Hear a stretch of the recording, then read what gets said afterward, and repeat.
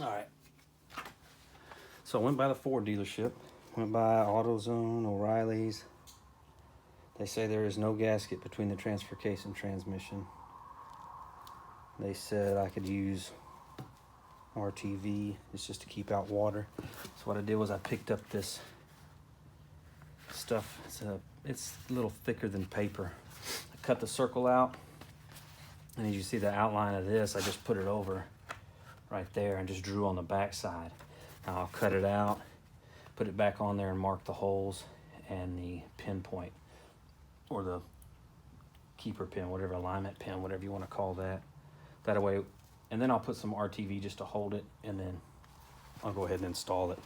But yeah, I couldn't believe they said there wasn't a gasket. I called, talked to the guy at the dealership, said it doesn't show one for this year, but it does for the 7.3 with the older 4-speed, the 4, whatever they call that, the 410. This one's the 5RW something. So anyways, I'm gonna make my own, put some RTV on it, and I'll hang that thing in there. Okay, so I finished cutting this out, and so what I'll do now is I got it to where I can hold it up there. So it fits, it lines up pretty good. So, and that's where I'll punch the holes out and punch the holes out, put a little RTV on it. And all the guy said was it's just to keep water and stuff from getting in here. But you know, if this were to leak, or on the transmission side, most people see it bleed through this older paper, whatever this thing was in between, because there's something in between. I scraped it off with the razor blade to see it drip, and that kind of tells you, oh, my transfer case or transmission seal is leaking, and time to change it or take it apart or whatever. But I'm going to go ahead and put some RTV on it, hang this thing up, and move on to the fuel tank. All right. Got the transfer case installed. As you can see, there's some of that gasket right there, because I traced it out on the transfer case. The transmission has like little cutouts and stuff, but it doesn't matter. It's gonna serve its purpose. I got the vent line hooked back up, the plug, and then this comes from the shifter in the floor. It comes out to it. The front drive shaft is back in, and then I reran these electrical wires. They came down underneath the drive shaft back up to the transmission. Now this is the loom that goes all the way to the tail lights. I'm just going to leave that there for now until I can get, I'll pull it out of the way, but until I can get the fuel tank and the fuel lines back in, and the brake line.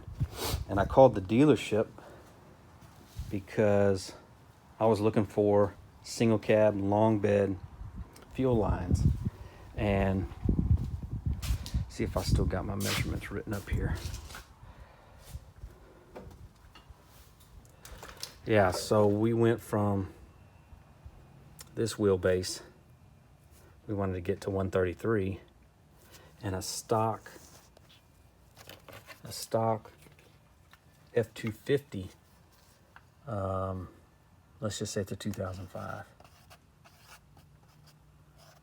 F250 single cab long bed is 137 inches. So I was trying to find fuel lines and brake lines for that, and then I was going to have, 4 inches to deal with, which I don't think that would have been an issue for at least the fuel lines, because they come with, like these I took out of the truck,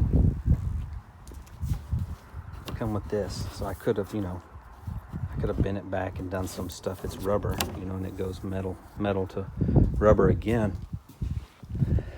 But the dealership said it's discontinued, all of it. It was all sold as a bundle under one part number. So I've got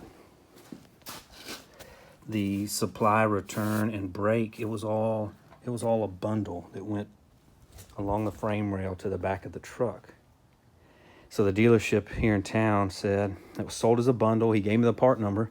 Sure enough, I Googled it. No, there's no one has any of it. He tried junkyard. Well, junkyards didn't have it, and I decided that I'm just gonna have to make my own. So I got a bunch of these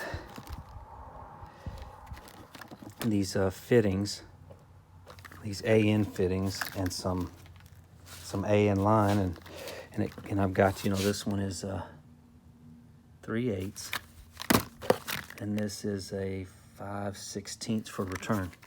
And so you can see, you can look on YouTube. There's videos on how to use them and stuff. But that's what I'm gonna do, is run it from there to the tank. The brake line, I'm gonna try to use this factory one and just cut it where it gets close, and try to see it's not that far off. This is where we gotta go. I gotta go right there, so it's not that far from the frame to get there. I'm thinking I can just run it, thread this on, run it down there along top of the frame, cut where I need it to, and then I have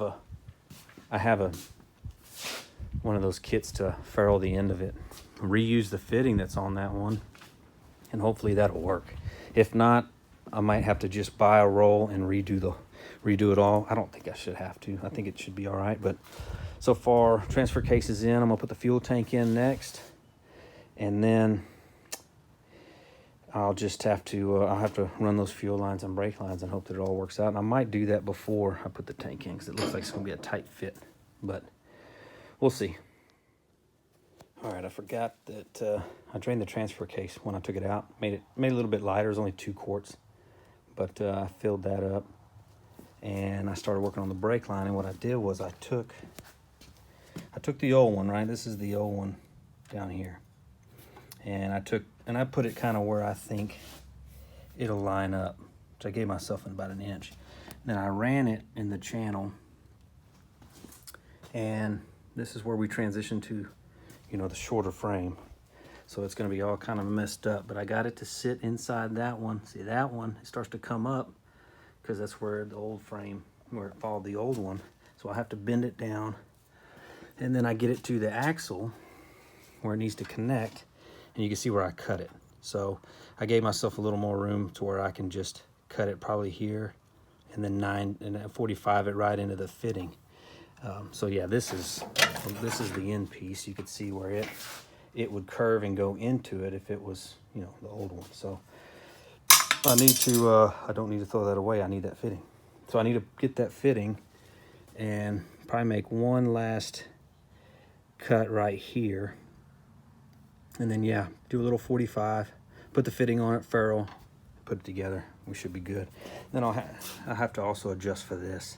I might do that first, straighten this out a little bit, have it bring it down, and then follow the frame. So I'll have to straighten this 90 out, but I shouldn't have to do that. See how that curves up, will work just like that. Let me see what I can do. I gotta get that off before I forget it. Okay. So I got the brake lines the one brake line fixed up.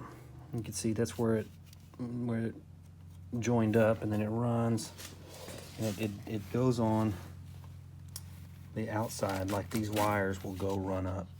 I think I'm gonna run those next. But it clamps on the outside of this. I thought it goes on the inside. Luckily I took a picture.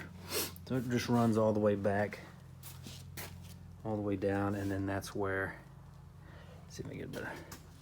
That's where I bent it, and then I double flared it with the tool and saved this old nut that went in. We won't know if it leaks until we bleed the system again, because when I took this off, I lost quite a bit of fluid. So I'll have to remember to bleed the brakes. I'm gonna have to write that down or I'll forget. But next is fuel lines, and then running all this wire back. I'll probably run it back and coil it up on top of the spare tire rack for now. And I need to get the fuel lines and the tank in. And I don't know what I'm gonna do about a drive shaft either. I guess I'm gonna get it custom made. They both have these flange ends on them, which I still have. You know, I don't know if any of this stuff can be used to make it. I'm gonna try to see if there's a guy locally that'll do it. If not, I might have to spend some dollars and get one made. But I'm gonna concentrate on get the electrical ran and get the fuel tank and fuel lines made.